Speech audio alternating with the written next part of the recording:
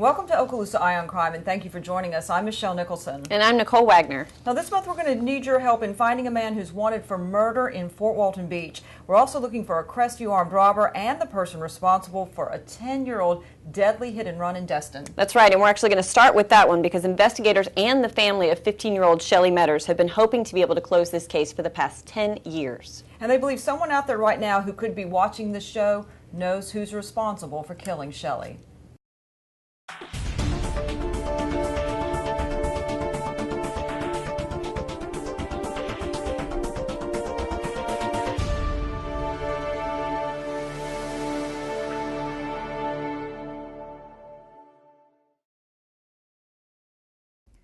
It's been 10 years since a car collided with 15-year-old Shelly Metters as she got ready to cross Highway 98 in Destin.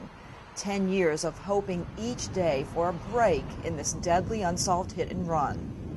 Shelly and two of her friends were on the sidewalk on Highway 98 across from the gas station next to Big Kahuna's. As they were standing on the sidewalk, three girls stopped. Shelly turned her back to traffic while standing on the sidewalk so one of the girls could tie her halter. And while she was tying her halter, a vehicle of some sort came up on the sidewalk and hit two of the girls. The third one saw the car coming and actually was able to avoid being contacted.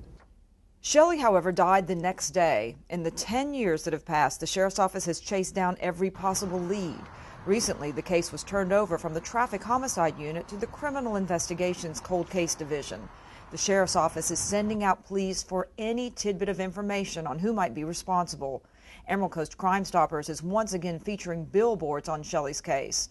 Investigators, like Shelly's mom, who comes to Destin each year to focus attention on this tragedy involving her daughter, will never stop hoping for that phone call or email that changes everything.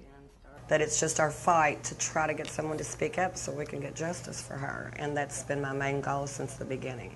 It's, really important to our family, my children. She's got a twin brother, a sister, another brother, and nieces and nephews that we just all, every day, she's still an everyday part of our lives. There's not a day that goes by that we don't talk about Shelly. A decade later, there are still hopes that keeping Shelly in the public's attention will jog a memory or spark someone's desire to come clean.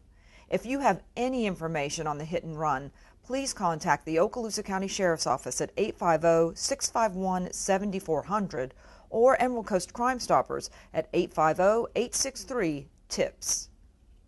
The Sheriff's Office recently turned this case over from the Traffic Homicide Unit to the Criminal Investigations Division to be worked as a cold case. That's right, and the agency has been having significant success reworking some of these cold cases, and we're going to tell you a little bit more about that later in the show. But first up, we want to talk about some of the unsolved crimes that investigators need your help solving. And first, we want to talk about a man that is being sought for attempted murder. The Sheriff's Office is searching for a man wanted for attempted murder, robbery, and possession of a firearm by a convicted felon. Investigators are seeking 36-year-old Joe J. Fernandez. He's formerly of Miami Beach, and they're wanting him in connection with a shooting that occurred back on August 1st, in which a 32-year-old female was shot at the intersection of Thornhill Road and South Avenue. Now, Fernandez is believed to be in the company of 21-year-old Kiera Bethune, who is of Fort Walton Beach, and she's now listed as missing and possibly endangered. Investigators say the pair could be traveling in a gray four-door Hyundai with a license tag, Florida tag 957OJH, stolen out of Crestview. So if anybody has any idea where Fernandez or Bethune may be, please give Emerald Coast Crime Stoppers a call. We would certainly like to get him off the streets. No doubt about that. And also keep in mind that this person is considered dangerous. So if you do see him or have any contact with him, make sure that you simply call law enforcement and don't confront him in any way. Now, the Crestview Police Department is investigating a string of armed robberies that has the most recent one being a Pizza Hut in Northview Plaza. That's the plaza that's located on North Verdon Boulevard, and it took place back on August 7th, 2012 at about 8:40 p.m. The suspect in that's been described as a black male, about 5'7" tall, with a thin build, and he was last seen leaving the area running on foot, and fortunately there was no money taking during that robbery. But this same suspect's believed to be involved in a string of other armed robberies, to include the 87 Depot gas station. That one occurred back on August 4th at 6:20 in the morning. Jinjin's Chinese Restaurant on July 28th at 9:45 p.m. Good Things Donuts on July 27th at 5 a.m. and the John's Computers on July 21st at 11:30 in the morning.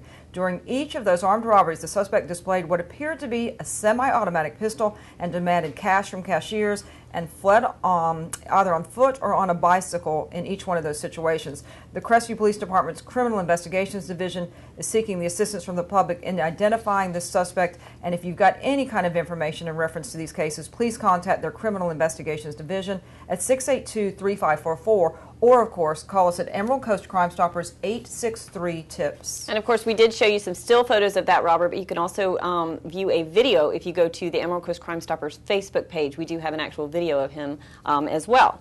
And next up, the Okaloosa County Sheriff's Office is working to find who's responsible for causing an estimated $150,000 in damage to a vacant apartment complex that was under construction near Fort Walton Beach. The property on Conservation Trail was burglarized sometime before 8 a.m. on August 6th. Now, during an inspection, the property owners found major damage to front doors, windows, interior walls and doors, and light fixtures inside several of the units. Deputies say it appears someone used a fire extinguisher to smash some of the many broken windows. Now, anybody with information about this burglary, and you can see some of the photos there, the amount of damage that was done. Anybody with information, give us a call, 863-TIPS, or, of course, EmeraldCoastCrimeStoppers.com. And next up, we have a bit of a mystery out of Walton County. The Walton County Sheriff's Office is asking the public's help in locating two missing people. Heidi Ann Rhodes, who's 41, and John Gregory Hughes, 49, have both been reported missing by family members. Rhodes resides in Panama City Beach, and Hughes lives in the Santa Rosa Beach area of Walton County. Neither of them has been seen for weeks, and neighbors reported seeing a U-Haul at his residence sometime in May. The last time they were seen together was in Bay County the evening of May 7th. They may be traveling in a 2003 white Cadillac Escalade with Florida tag 912NWJ, or a four-door that is silver Cadillac Seville with Florida tag 913NWJ. And next up, the Fort Walton Beach Police Department is trying to identify this individual that used a stolen credit card at Walmart on Beale Parkway recently in Fort Walton Beach. The card was actually taken in a vehicle burglary that occurred between midnight and about 11 o'clock on July 17th. So take a look at that photo. If you know who that is, give us a call, 863-TIPS.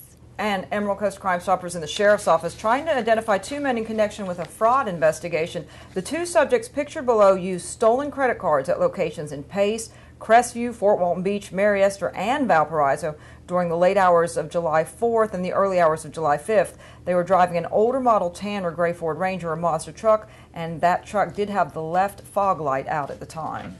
And as always, we did profile several here, but you can go to our website at EmeraldCoastCrimeStoppers.com and you can look through several of the unsolved cases, including crimes of the week, and see if you have any information about those as well. Now, next up, being an effective school resource officer takes a special skill set, and we can safely say that Sheriff's Office Corporal Gary Venuti of Ruckle Middle School has that skill set in abundance. And we can say that with authority because he has actually been named the top school resource officer in the state by the Florida Association of School Resource Officers.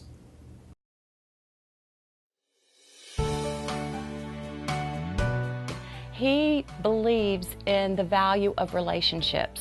You can, talk to him about anything. He's proactive. He asks what he can do to help and sometimes comes up with things before we do. He treats you like an equal because he doesn't overuse his power as an officer, because he treats you as if you were one of his friends, and he doesn't put you down no matter what you've done. Talk to students, faculty, or supervisors about Ruckle Middle School Resource Officer Corporal Gary Venuti and be ready for a steady stream of high praise. He started his SRO career here at Ruckle in 1997, moved to Choctawhatchee High School for 6 years, and then back to these halls he knows so well. It amazes me the depth of relationships that he creates. Students call him from former schools. They call him for advice. They call him when something good has happened. When he's out in public, People are all the time coming up to him saying, "Do you remember me? Officer Venuti, do you remember me?" And he usually does. And he has just made such an impact on so many hundreds and thousands of students in Okaloosa County. Corporal Venuti is having that positive impact through a mixture of authority, professionalism, and compassion. He'll come to school every day with a smile on his face, and he'll just say hi to everyone, and he can just protect you, and you know when you're with him that you're safe. Sternly, but not overpowering. He is able to solve conflicts peacefully and to make you feel comfortable when you're talking to him. And Corporal Venuti's not afraid to tackle tough subjects to help protect and educate his students, from the dangers of texting while driving to internet predators. Printing the screen off gives us everything that was said to you, and we can take that information and then use it against that person.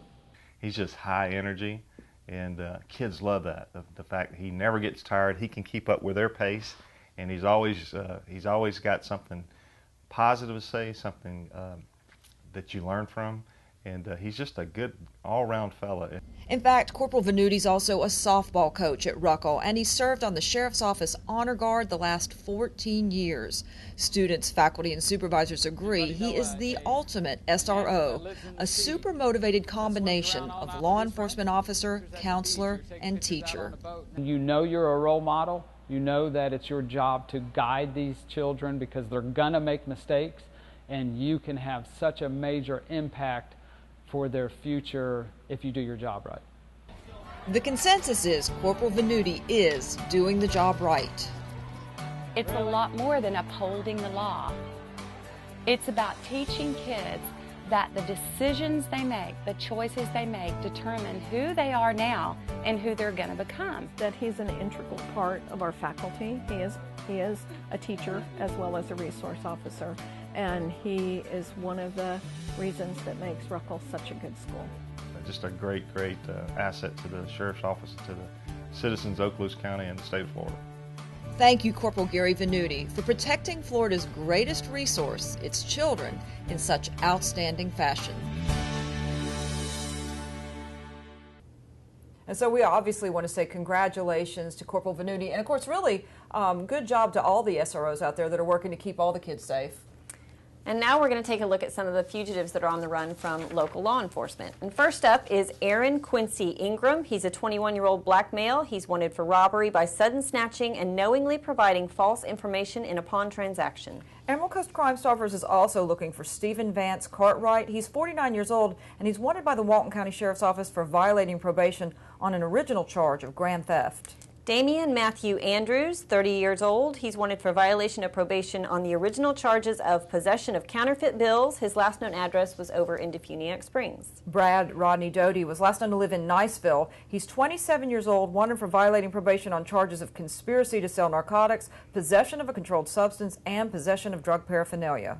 And give us a call if you know where Jason Michael Oliver is. He's 25 years old. He's wanted for violation of probation on the original charges of grand theft and uttering a forged check. 29-year-old, that is, Ryan Douglas Valentine. He's wanted for felony, battery, and possession of a weapon by a convicted felon. Last known address was in Fort Walton Beach.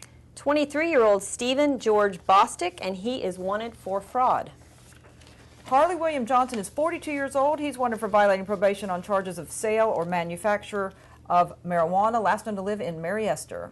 Call 863-TIPS if you know where Seth Michael Berger is. He's 30 years old. He's wanted for failure to appear for child neglect without great harm, and his last known address was in Mary Esther. It's also 863-TIPS if you know where to find Samantha Ann Armstrong. She's 28 years old. She's wanted for VOP on charges of burglary, grand theft, and dealing in stolen property, and Armstrong was last known to live in Milton in Santa Rosa County.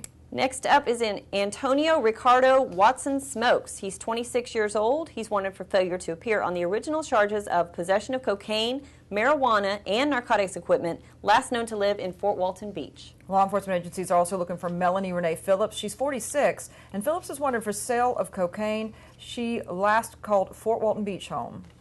Billy Leon Simpson III. He's a 29-year-old white male, and he's wanted for dealing in stolen property. Next up, Orion Russell Bone, 37 years old, wanted for violating probation on charges of grand theft, trafficking in stolen property, and criminal mischief. John Henry Bonner, 41-year-old black male, and he's wanted by the Fort Walton Beach Police Department for grand theft and violation of Pawnbrokers Act. The list keeps going with Daniel Wesley Arthur. He's 29 years old. Arthur's wanted for felony neglect of an elderly person or disabled adult without causing great bodily harm, possession of a controlled substance by misrepresentation, fraud, forgery, or deception, and you can add theft to that as well. Last known to live in Fort Walton Beach. And investigators are looking for James Joseph Robert Jr., a 37-year-old white male. He's wanted for violation of probation on the original charges of passing forged or altered instruments and grand theft. Andrew Vincent Aikman, he's 23. He's wanted for larceny, last known to live in Pensacola. 40-year-old Michael Eugene Demons is wanted for burglary, battery, and failure to appear on the original charge of possession of cocaine. Still looking for Alexander Wise. He's wanted for VOP on charges of grand theft and misdemeanor fraud. He was last known to live on McFarland Avenue in Fort Walton Beach. He's 43 years old. Still looking for Cassius Conan Weathersby. He's 40 years old. He's wanted for uttering a forged instrument, last known to live in Fort Walton Beach. Samuel Dewey Thomas III is still on the list, wanted for VOP on charges of providing false information to a pawnbroker, false imprisonment, and grand theft. Last known address was in Shalimar, and he is 27 years old. And James Michael Stange, 29-year-old white male, he's wanted for felony battery. And last up on the list, Stephen Smelly, 32 years old, wanted for dealing in stolen property. So, of course, if you know where any of these individuals might be located, you can earn a cash reward of up to $1,000 by being an anonymous tipster to Crime Stoppers, and you have lots of options for getting that information in their hands. That's right. Now, as usual, it's been a busy summer here for all local law enforcement agencies. Oh, there's no doubt about that. From busting meth labs, solving cold cases, there's just actually been no slowdown in the workload for the crime-fighting world. The Okaloosa County Sheriff's Office is now able to close out a 37-year-old rape and murder case involving Catherine Ainsworth of Niceville, and that's thanks to the work of investigator Travis Robinson and the Florida Department of Law Enforcement. It was a feeling of accomplishment, one, to be able to do the case, and two, a joy, really, to be able to call the family and let them know. The breakthrough came from a piece of carpet lying underneath the victim. Well, when we submitted the carpeting that the victim was laying on and submitted at the FDLE for to be checked to see if there was any DNA possible, at that point in time, that's when the FDLE called me back and told me that we had a sperm sample that they were able to develop from the middle of the carpet where the victim was laying. After we got the sperm sample and submitted it to CODIS and ran it for a period of time, we weren't getting any hits on it, so I went back to the case file, and there was a person of interest that you could tell because of what the investigators had done. They kind of concentrated on this person, and that person was also the one that they actually got fingerprints on, did background checks on, so I kind of keyed in on that person and then worked it from there. That work paid off in a big way. Robinson found family members of former Eglin Airman William Rouse in New York and learned Rouse had died in 2006. But the family agreed to provide the suspect's hats for DNA analysis to see if anything matched the DNA of sperm on the rug. It did, and the case is now closed.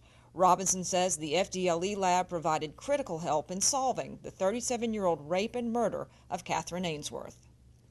In other developments, 2 people were arrested for trafficking in methamphetamine over 200 grams after the Okaloosa County Multi-Agency Drug Task Force investigated a meth lab explosion at the Island Princess condominiums. 32-year-old Candace Beck and 39-year-old Ray Callan were using the shake-and-bake one-pot method to produce meth when the substance exploded, causing a fire. And the Drug Task Force also arrested 5 people in connection with the meth lab at 312 22nd Street in Niceville. All 5 were charged with trafficking in methamphetamine, and DTF members spent hours dismantling the lab and removing the hazardous chemicals from the home. The Drug Task Force also arrested 2 men, Hussam Kader and Mahmoud Kader, at the Six Brothers Thrifty Food Mart in Crestview in connection with the sale of synthetic controlled substances within 1,000 feet of a place of worship. They seized various suspected synthetic drugs and more than $136,000 in cash.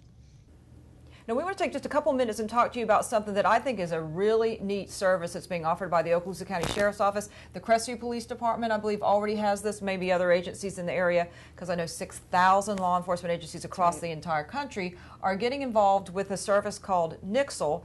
The Sheriff's Office has just started this up in the last week. That's right, and it's actually something where you can register to receive significant public safety alerts right to your phone. And the neat thing about this, too, is it doesn't have to be a smartphone. You can actually get this to any type of phone. And, of course, Nixle does not track its users, and it will not sell to any third party. So you won't be getting all the spam and things like that. But again, we do want to stress this will be for significant events such as, say, if a child goes missing or a traffic crash, which we've recently used it for those types of things, so that you're not bombarded with Nixle messages, mostly for significant public safety alerts. Now, on our Facebook page, the Sheriff's Office has it set up so that right out of communications, if there's, say, a local bridge is closed, they'll send that information out. People can get that. Some folks get that information on their cell phone, get it on their Facebook page, and that will continue. This is a supplemental service that actually, like you said, focuses on major events. You wouldn't be getting bombarded with Nixle pages from the Sheriff's Office. Essentially, you would be getting them when there's something that's a really significant public safety incident, like she mentioned, a missing child. The alert with the description could go out to people's phones, and they've had success around the country with this, actually locating missing kids quickly, because that information gets right out into areas where they think the child was last seen. They're located and found safely. But also, say you have, heaven forbid, you've got like an active shooter in an area that you want to keep the public out of. You have some other sort of public safety threat that you want to warn people about. And then, of course, in this area, what's huge, as you mentioned, is traffic. Yes. Because how often do you hear about lanes closed on Highway 98, Eglin Parkway? This is a way straight from communications, goes right to your phone, either a text message or an email. And I think that really, from the standpoint of staying on top of important community events that could affect you personally, this is probably the best option that's out there. And of course, with hurricane season coming into full swing here too, that's something that can certainly be pushed out through Nixle as well. So you can receive those alerts in a timely, very timely manner. So it's a great program. We do want to mention, though, it's nixle.com, nixle.com, and of course, you can always go to sheriff-okaloosa.org and click on the icon at the top by the other social media icons to get there as well and register. But it is quite a simple process. And it's secure, and it's free, and it's fast, and I think that's part of the real benefit of this. And to sign up is real simple. I'm just going to tell you real quickly. All you got to do is go to nixle.com. You click Sign Up Now. You pick a username and password. You enter an email address or a cell phone number, whichever you'd prefer to receive it. Enter an address or nearby intersection, and of course you can expand that to as many areas as you want, and then click Sign Me Up Now. So it's really a simple, straightforward way to get emergency information, advisories, traffic information directly from communications in pretty much real time. There's really no faster way to get it out than this method that's being used. So it's something to check out on nixle.com. If you have any questions, of course, you can always give us a call. And even on their website, they have a list of frequently asked questions. If you have problems for any reason, you might want to refer there first, see if you can work it out. But it's a pretty simple, straightforward method. That's right. And that's going to do it for this edition of Okaloosa Eye on Crime. Thank you for joining us, and we'll see you next time.